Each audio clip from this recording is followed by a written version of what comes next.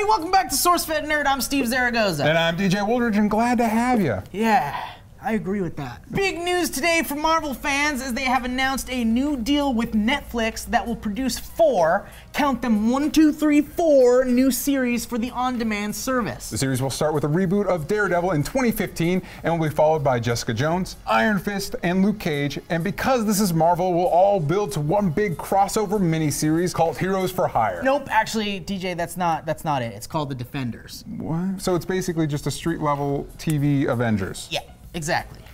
Yes. When I first heard this announcement, I was all excited because I thought it was going to be like Heroes for Hire, which is one of my favorite superhero teams. And now it's just like, it's more, like it's cool. Yeah, yeah. But it seems like it's more of the same just on Netflix. Well, but I think it's just a way to introduce everybody to these characters. You know, you can't jump right into the universe and people are like, what the fuck is going on? You got to give the origins to all these people and kind of slowly push them into this universe. Yeah, I guess, and it's cool that we're seeing more of the street level heroes. And unlike S.H.I.E.L.D., which has to play all family friendly, being on ABC, with Netflix, I'm not saying people, you know, these guys are going to be dropping F-bombs while they're punching supervillains, but maybe it can be a little grittier, a little rough around the edges. I really hope so, because we've seen with Arrested Development that they can throw out curse words and they don't get bleeps and stuff like that. So I don't know. I mean, I'm not saying that we need curse words in our superhero shows or movies, even though if it's well placed, I welcome it. But I do want to see a grittier kind of like superhero world. Exactly, and especially when you watch S.H.I.E.L.D., like when you're watching a show about a clandestine undercover agency, they don't just want a bunch of fun for the whole family. And it's like when you're talking about characters like Daredevil and Luke Cage, these are street level guys, they're rougher, so maybe a little, just a little grittier, maybe? Yeah, and I feel like the guys that are working on these shows, they have like a lot of source material to pull from, and they also have a lot of like stuff to look back at, like Heroes, and even now S.H.I.E.L.D., and kind of look at where people have been going wrong with superheroes on TV and kind of like skew it into an area that we haven't really seen before, which I think is a great opportunity. And I'm curious to see who is actually involved in the writing aspects of these shows. I've been kind of critical, but here's the things I'm excited about. Okay, let's hear it. One, I like these characters. These are cool characters, and one thing this has over S.H.I.E.L.D. right off the bat is S.H.I.E.L.D.'s been very much like, oh, it's all people you don't know. Yeah. We know in the Daredevil series, we're at least getting Daredevil. And we know in the Luke Cage series, we're at least getting Luke Cage. We're actually getting superheroes this time, which is awesome. Yeah, well, I'm curious, because Daredevil is a pretty widely known superhero, and we had the Ben Affleck movie, which is just awful. Which we all pretend doesn't exist anymore. We just hope, yeah, and in fact, I hope this series kind of erases it from history a little bit, and we're like, oh my god, a good Daredevil, because they do have an opportunity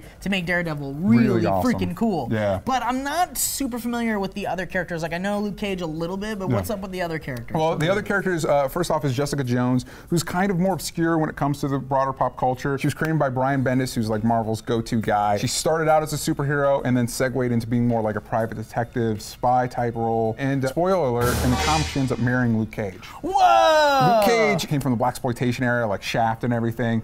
He was a person that went to prison for a crime he didn't commit, and to get out early, he submitted himself for experimentation, which of course in the Marvel universe gives you powers. So, okay, that's awesome. And to sum all of this up, we're basically just getting these little tiny series, all based off of these characters individually, that will all end up together in a mini-series that just kind of collects them all, which is really cool. Yes. I was kind of hoping that it was just a bunch of mini-series, so it's basically elongated movies, but it looks like it's, for other than the Defenders, it's going to be a more traditional TV format, which the successful ones will get multiple seasons. It's going to be an interesting experiment. Well, do you feel like they chose some great characters to kind of start off with these little series? I think so, especially with the street level ones that may not get their own movies per se. That's the thing. The other concern I have is like all the continuity heavy stuff that Marvel's putting out, like, will it start turning people off because it's like, well, I haven't seen Thor: The Dark World, so I'm not going to check out Daredevil because it connects to this and this way. Well, I wonder if they're going to do that, because I mean, like, Disney has Marvel now, so I wonder how much Disney has their hands in this thing. If you watch S.H.I.E.L.D., you know a lot. Yeah,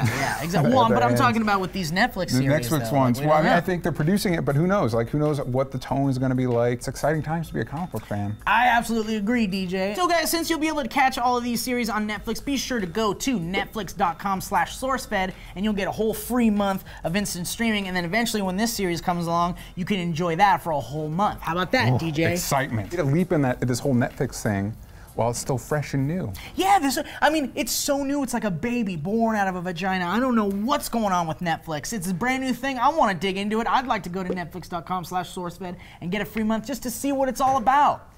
Exactly. Thanks so much for watching, and if you want to click the like and subscribe button, that would be freaking awesome. And there's a bunch of annotations down here. What do they do, DJ? Why don't you click them? You can click them and then go to these places like FHP. I'm Steve Zaragoza. I'm DJ Wooldridge, and you know what I think Netflix is? I think it smells like the future.